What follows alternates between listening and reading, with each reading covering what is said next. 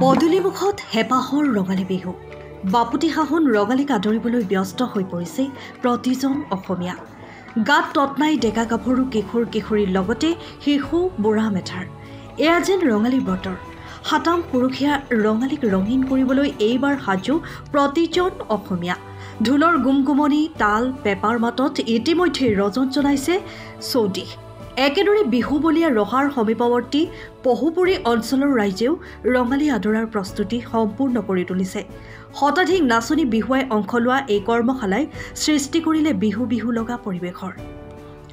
মঙলবাৰে এই কৰ্মশালাৰ অন্ত পেলাই এইসকল কিশোৰ কিশোৰী সাজু ৰঙালী বিহুত মনৰ জোখাৰে এপাক নাচিবলৈ। লোকসভা নিৰ্বাচনৰ ধামখুমীয়াৰ মাজতো এনেদৰে ৰাজ্যত চলিছে হেঁপাহৰ ৰঙালীক আদৰাৰ প্ৰস্তুতি। এয়াই অসমীয়াৰ বাপুতি সাহোন ৰঙালী বিহুৰ মাদকতা, জাতিৰ আয়ুস ৰেখা। আমাৰ নপুহি পাত বিহুৱা দল পহুপুৰী ৰহা পহুপুৰী অঞ্চলৰ আমাৰ একে জাকৈচুকীয়া অঞ্চলটোত কণ কণ শিশুসকলে আমাৰ এই মানে ৰঙালী বিহুটি উদযাপন কৰিবৰ কাৰণে আজি কিছুদিনৰ পৰা আখৰা অনুষ্ঠান আৰম্ভ কৰিছে। আমাৰ কাকতি গাঁও পহুপুৰী আঞ্চলিক এখন বিহু উৎসৱ উদযাপন সমিতি আছে, তেওঁলোকেও এই বিহু পালিব। আমি তাত প্ৰথম তেওঁলোকক এইবাৰ প্ৰদৰ্শন কৰিম বিহু প্ৰদৰ্শন। তাৰপিছতে আমাৰ 12 ঠাইতমান নিমন্ত্ৰণ আছে, আমি তেখেতলোকক লৈ বিহু প্ৰদৰ্শন কৰিম।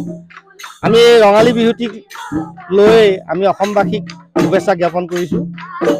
সকলোৰে দীৰ্ঘায়ু সুখে শান্তিৰে জীয়াই থাকক, আমাৰ সম্প্ৰীতিৰ এনাজৰীডাল আৰু কটকটীয়া হওক।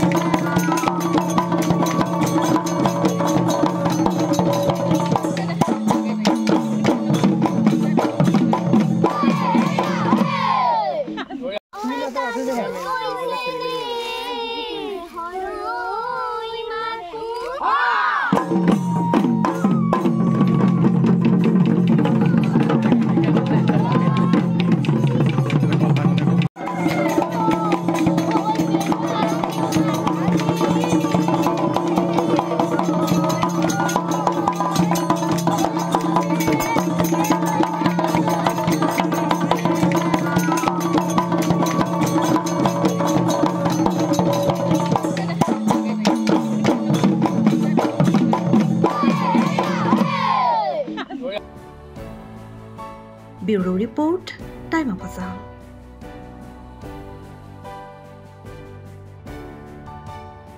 সময়ৰ খবৰ।